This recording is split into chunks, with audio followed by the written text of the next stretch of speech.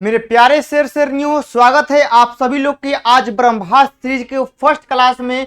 आज हम लोग इस क्लास में आपके फिजिक्स के जितने भी प्रीवियस ईयर में सारे क्वेश्चन पूछे गए हैं, सारे क्वेश्चन को आपके दिलो दिमाग में हम समझाएंगे। यहां से आज के सेशन में आपका फिजिक्स का फर्स्ट क्लास में आपको हम ऐसे ऐसे 2 नंबरिया क्वेश्चन कराएंगे जिसको समझिए कि आपको करना ही होगा, और वह जो क्वेश्चन है वह आपके एग्जाम के दृष्टिकोण से बहुत बहुत महत्वपूर्ण है। तो मेरे प्यारे बच्चों, बता दीजिएगा वीडियो क्वालिटी साउंड प्रॉपर तरीका से आप लोग सुनाई दे रहा है ना। और आप ही लोग के लिए एक सुंदर सा लाइन लिखा है कि सपना एक देखिएगा, उसको पूरा करने के लिए उसके रास्ते में मुश्किलें हजार आएंगी। सपना एक देखिएगा, मुश्किलें हजार आएंगी, लेकिन वह मंजर भी बड़ा खूबसूरत होगा जब सफलता शोर मचाएगी। तो मेरे प्यारे बच्चों, आप लोग परेशानियों से मत घबराइएगा, बस आप लोग को मेहनत करते रहना है। मेहनत ही एक ऐसा रास्ता है जो आपके मंजिल तक पहुंचा सकता है। तो मेरे प्यारे बच्चों, यहां से हम आपके क्लास को स्टार्ट करते हैं। आप लोग यहां से देखिएगा, जो भी मेरे भाई बहनों को पीडीएफ नोट्स चाहिए, पीडीएफ नोट्स कहां मिलेगा, तो आप लोग क्या करना है ना, आप लोगों को मेरे प्यारे बच्चों यहां आना है स्टडी विथ डेडिकेशन, ठीक है ना। आप लोग प्ले स्टोर पर सर्च मारिएगा, ऐप आ जाएगा, इस ऐप को इंस्टॉल कर लीजिएगा। यदि कोई दिक्कत होता है तो दोनों में से किसी एक नंबर पे आप लोग वहां से कांटेक्ट कर लीजिएगा, आपको बता दीजिएगा पीडीएफ नोट्स कहां मिलेगा। मेरे प्यारे बच्चों, आप लोग की स्क्रीन पर पहला सवाल है, यहां से देखिएगा कि कूलम्ब के नियम की सीमाएं क्या हैं, और यह सवाल आपका 2010 में पूछा गया है। आप लोग देख सकते हैं कि 2010 में आप लोगों से, मतलब आपके सीनियर भाई बहनों से पूछा गया था कि कूलम्ब के नियम की सीमाएं क्या है, और तो लोग के हम बतैले रही कि कूलम्ब के नियम कहां लागू होला। तो लोग नहीं खे याद है, कूलम्ब के नियम बतैले रही ना। कूलम्ब के नियम स्थिर आवेश खातिर लागू होला, बुझा गेल ना, गतिमान आवेश खातिर लागू ना होला। ई जो नियम बा एगो फिक्स सर्टेन जगह खातिर लागू होला, ई सर्वव्यापी नियम ना होला। जैसे मेरे प्यारे बच्चों देखिएगा, पहला में बोला गया है कि कूलम्ब का जो नियम होता है केवल बिंदु आवेशों के लिए ही सत्य होता है, यानी कूलम्ब का नियम एक बिंदु आवेश के लिए ही सत्य होता है, यह बड़ा बड़ा आवेश के लिए सत्य नहीं होता है। दूसरा का देखिएगा, यह नियम अधिक दूरी के लिए भी सत्य नहीं है, मतलब दो गो जो आवेश आप लोग रखेंगे, यह जो दो गो आवेश होगा ना, यह बहुत ही नजदीक होने चाहिए, चाहे एक निश्चित दूरी पर होना चाहिए। एगो ना कि एगो आवेश रख दो अपना घरे आ एगो रख दो दिल, बुझा गेल ना, उ केस में कूलम्ब नियम ना लागी। कूलम्ब नियम कब लागी, जब दो गो आवेश बहुत नजदीक होके, बुझा गेल ना, दो गो आवेश का होके एगो निश्चित दूरी पे होके, जैसे हम और मेरा कैमरा, ठीक है ना, जैसे हम और मेरा डिजिटल बोर्ड, हम लोग बहुत नजदीक हैं। तो नजदीक के केस में जब आवेश रहेंगे तो कूलम्ब नियम लगेगा। तीसरा का देखिएगा क्या बोला गया है कि यह एक सार्वत्रिक नियम नहीं है। सार्वत्रिक कहने का मतलब है ना कि यह सर्वव्यापी नहीं है, मतलब आप लोग बोले ना कि यह फिक्स दूरी के लिए लागू होता है, एक मतलब फिक्स एरिया में लागू होता है, सर्वव्यापी नहीं होता है। सर्वव्यापी कहने का मतलब है ना कि पूरे ब्रह्मांड में मंगल ग्रह, बुध, बृहस्पति, मतलब जहां मन तहां के लिए नियम नहीं होता है, ये एगो सर्टेन खातिर होता है, ठीक है ना, एक निश्चित एरिया खातिर होला। चौथा नंबर देखिएगा, यह स्थिर आवेशों के बीच अच्छे से लागू होता है। कूलम्ब नियम जो होता है यह स्थिर आवेशों के लिए, स्थिर आवेश कहने का मतलब जौन आवेश मोशन में नहीं है, जौन आराम से बैठल बा, जौन आराम से आराम करता, ओकरा में गति नहीं खे, ओकरा में चाल नहीं खे, उ आवेश खातिर ई बढ़िया से लागू होला। तो लोग याद हो गई कूलम्ब के नियम के क्या सीमाएं बा, एग्जाम में आएगा तो आप लोग यहाँ से बाबू लिख दीजिएगा। यहाँ से सीबीएसई वालों के लिए देखिए क्या है कि Coulomb's law is a true only for point charge, point charge के लगता है। दूसरा का this rule is not true for long distance, long distance खातिर ना लागेला, ई नियर डिस्टेंस खातिर लागेला, वेरी शॉर्ट डिस्टेंस खातिर लागेला। तीसरा में it is not a universal rule, यह यूनिवर्सल रूल नहीं है, ठीक है ना, कि आप जहां मन तहां लगा सकते हैं, ठीक है ना, जहां मन तहां ना लगी। चौथा number, is apply well between stationary charge, यानी स्टेशनरी मतलब जोना में गति उतनी नहीं है, जो आराम से बैठल बा ओकरे बीच ही लगेगा। यहाँ से मेरे प्यारे बच्चों दूसरा का सवाल है, आप लोग यहाँ से देखिएगा, बोला गया है कि विद्युतीय क्षेत्र के लिए अध्यारोपण सिद्धांत को लिखें और समझाइए। विद्युतीय क्षेत्र के लिए अध्यारोपण सिद्धांत समझाना है और इसके बारे में लिखना है।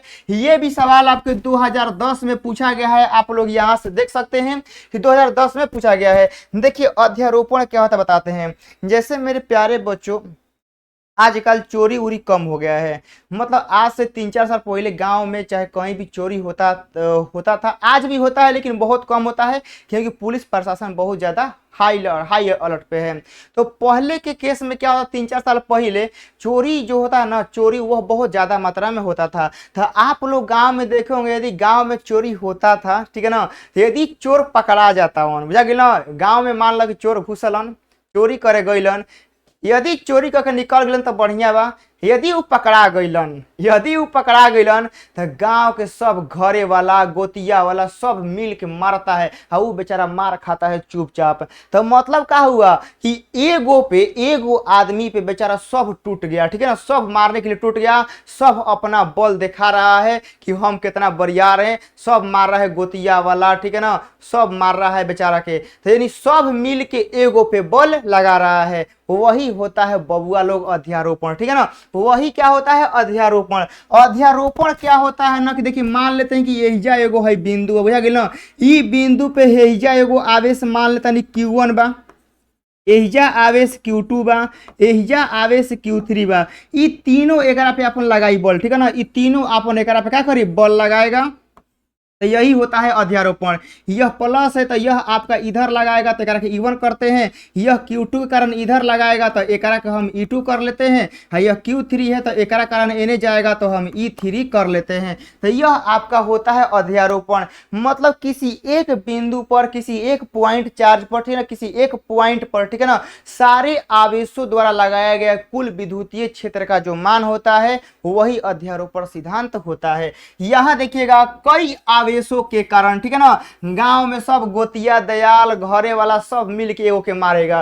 कई आवेशों के कारण किसी एक बिंदु पर परिणामी विद्युत क्षेत्र प्रत्येक आवेश के कारण उस बिंदु पर उत्पन्न विद्युत क्षेत्र के सदिशीय योग के तुल्य होता है, उसे ही विद्युत क्षेत्र का अध्यारोपण सिद्धांत कहते हैं। यही तो आपका है अध्यारोपण सिद्धांत। ये आपको समझ में आ गया होगा, याद हो गई हुई, दिमाग में सेट हो गई हुई। यही से हम आगे चलता नहीं। नेक्स्ट क्वेश्चन आपकी स्क्रीन पर है, तीसरा नंबर, तो लोग देखिए जा, परावैद्युत शक्ति और आपेक्षिक परावैद्युताओं को परिभाषित करें। ये भी सवाल आपका 2010 में पूछा गया है, आप लोग यहाँ से देख सकते हैं कि यह सवाल आपके 2010 में दबा के आ रहा है। अब देखिएगा मेरे प्यारे बच्चों, यहाँ से आप लोगों को समझना है कि सबसे फर्स्ट में लिखा गया है परावैद्युत शक्ति। परावैद्युत शक्ति क्या होता है, देखिए परिभाषा पढ़िए सबसे पहले, वह अधिकतम विद्युत क्षेत्र जो कोई परावैद्युत पदार्थ बिना भंजन मतलब क्या, ब्रेक डाउन, भंजन मतलब बिना टूटे, ठीक है ना, बिना टूटे सहन कर सकता है, तो उसे उस पदार्थ का परावैद्युत शक्ति कहते हैं। तो लोग हम अपना सिंपल भाषा में समझावता नहीं, बुझा गेल ना। तो लोग के हाथ से कभी मोबाइल गिरल बा, कहे जी सर बहुत बार गिरल बा। तो लोग के हाथ से मोबाइल गिरल बा, कहे जी सर बहुत बार गिरल बा, बुझा गइल ना। लेकिन ऐसा केस को भइल बा कि हाथ से मोबाइल गिरल आ ग्लास ना फूटल, कहे जी सर बिल्कुल भइल बा।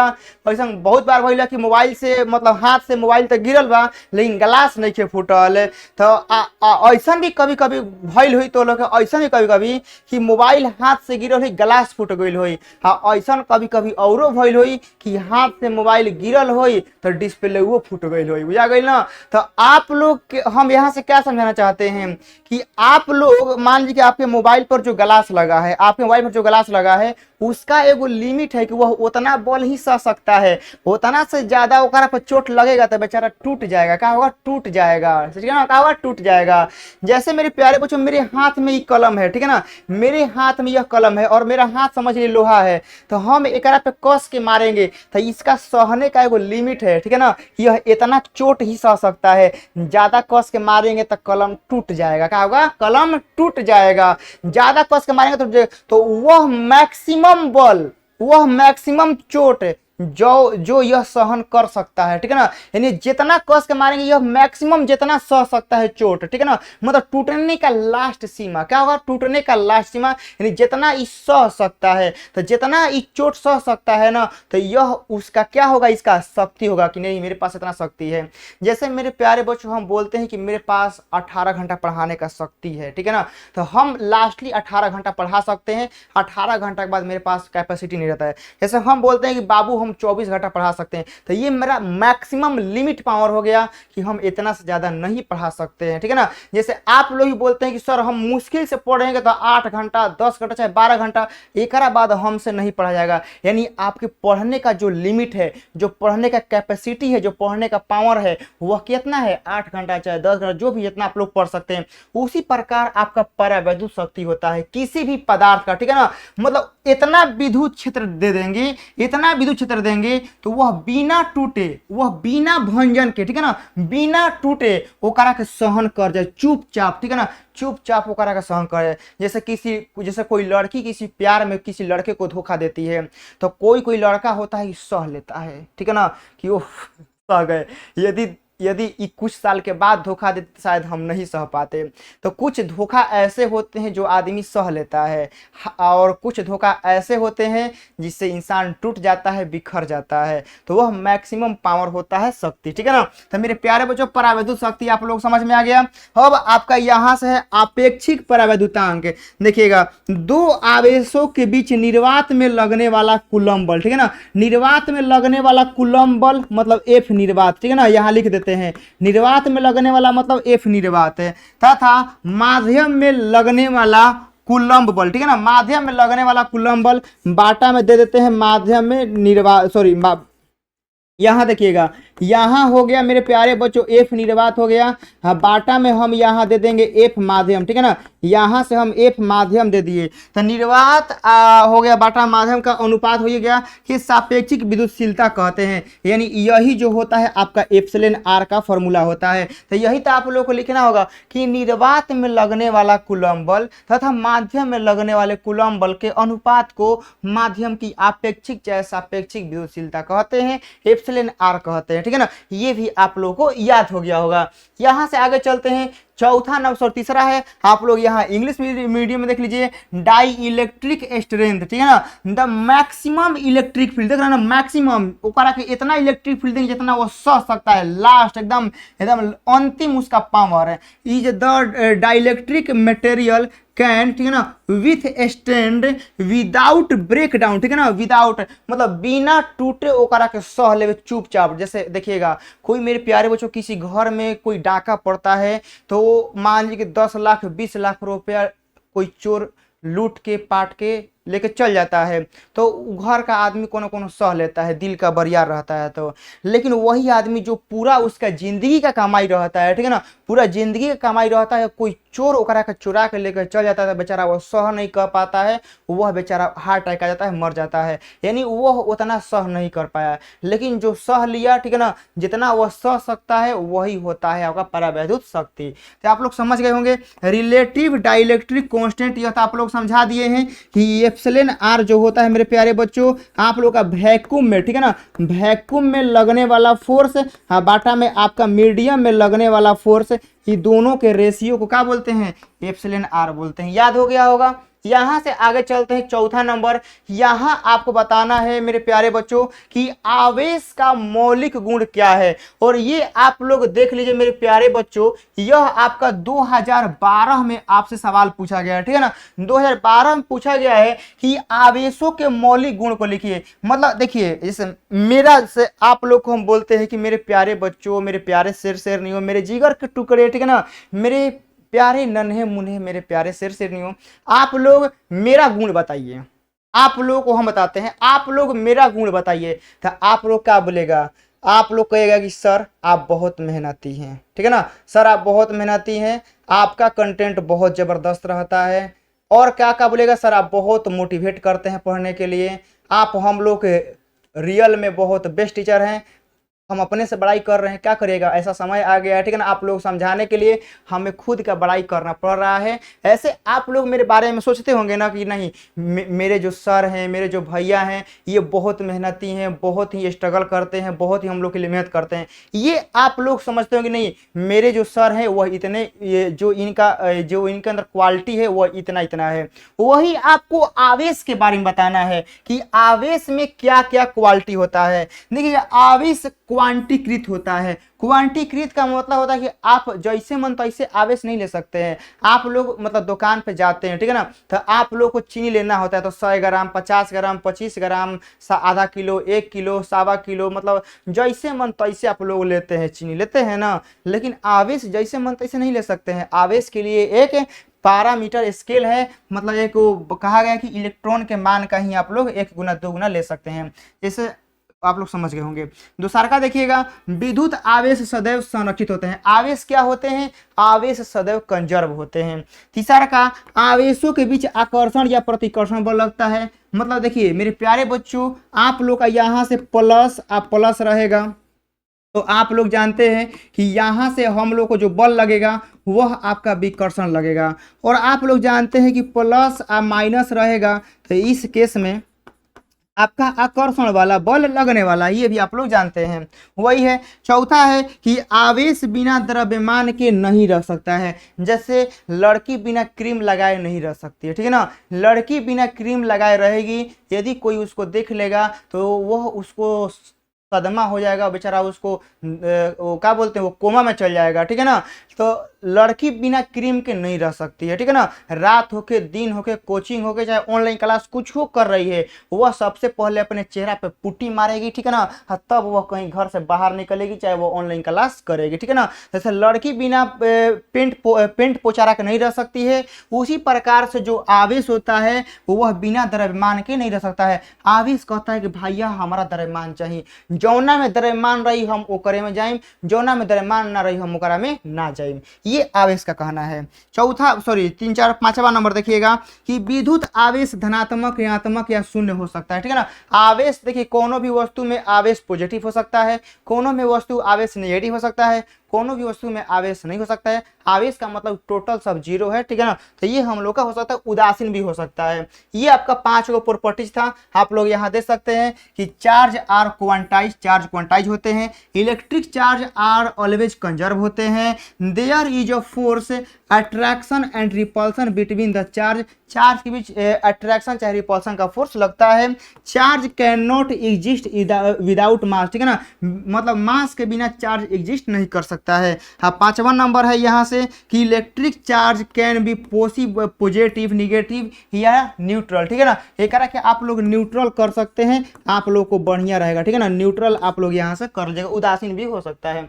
यहाँ देखिएगा 5वां नंबर आप लोग की स्क्रीन पर सवाल है मेरे प्यारे बच्चों कि दो संधारित्र की धारिताएं, एगो संधारित्र C1 है, C2 है, इनके पास सर्वबद्ध या श्रेणी क्रमबद्ध में क्या करना है, दर्शाना है। ये सवाल भी आपका 2012 में हम लोगों से पूछा गया है, ठीक है ना। ये सवाल भी 2012 में पूछा गया है, ध्यान से देखिएगा।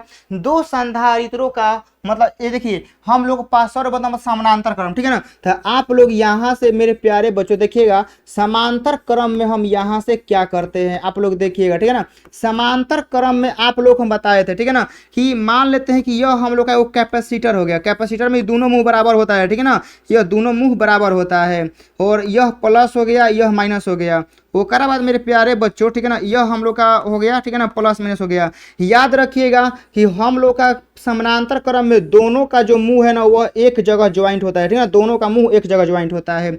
यहाँ पे देखिएगा एकर मुंह और एकर मुंह आपका एक जगह ज्वाइंट होता है। तो यह हो गया हम लोग का समानांतर क्रम। यह हम लोग का C1 सॉरी एकरा का C2 कर देते हैं और एकरा का हम C1 करते हैं। तो यह हम लोग का हो गया समांतर क्रम का।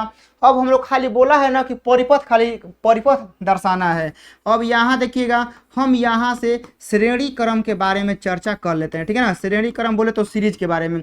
सीरीज में आप लोग देखिएगा कि यहाँ से आप लोग का ये हो गया, सीरीज मतलब होता है एगो तार में, ठीक है ना। एगो तार में आप लोग यहाँ से जोड़ दीजिए, यह आपका C1 हो गया, यह आपका C2 हो गया, ठीक है ना। यहाँ से आप लोग रिजल्टेंट भी लिख दीजिएगा ना, तो ज़्यादा बेस्ट रहेगा। एग्जामिनर जो मतलब जो कॉपी चेक करने वाला होता है ना, वो खुश हो जाएगा, नहीं मतलब वो जानेगा कि नहीं जो बच्चा है वो पढ़ा है, वो जानता है सब कुछ बढ़िया से। तो यहाँ से आप लोग CS बराबर यहाँ से लिख सकते हैं कि C1 इंटू C2, हाँ बाटा में यहाँ से C1 प्लस C2, ये आप लोग यहाँ से लास्ट में आप लोगों को लिख देना है, बस हो गया। तो बताइए आज आप लोगों को मात्र आप लोगों को यहाँ से कितना सिंपल भाषा में आप लोग समझा दिए ना, 5 क्वेश्चन आप लोगों को याद करवा दिए। यह आप लोग के 12 में पूछा गया है। तो आज के सेशन में हम 5 को सवाल यहाँ से रहने देते हैं। और जो भी मेरे भाई को इस सारे क्लास का PDF नोट्स चाहिए, 1 नंबर या चैप्टर वाइज 2 नंबर या चाहिए, सब कुछ चाहिए, एग्जाम तक आप लोगों को सब कुछ दिया जाएगा। तो आप लोग हमारे जल्दी इस ऐप को इंस्टॉल करिएगा। कोई दिक्कत होता है तो दोनों में से किसी एक नंबर पर आप लोग कॉन्टेक्ट करिएगा, आपको सहायता मिल जाएगा। बाकी मेरे प्यारे बच्चों, वीडियो कैसा लगा, आप लोगों को समझ में आया नहीं आया, आप लोग प्लीज कमेंट बॉक्स में रिव्यू जरूर दीजिएगा। आपके कमेंट का मुझे इंतजार रहता है। नए होंगे तो सब्सक्राइब करिएगा। यदि आप लोगों को अच्छा लगा हो वीडियो तो दबा के शेयर करिएगा। आपके भाई का सपोर्ट करना है आप लोग, ठीक है ना। चलिए तब हम लोग मिलते हैं नेक्स्ट वीडियो में ब्रह्मास्त्र सीरीज के सेकंड क्लास में। जय हिंद।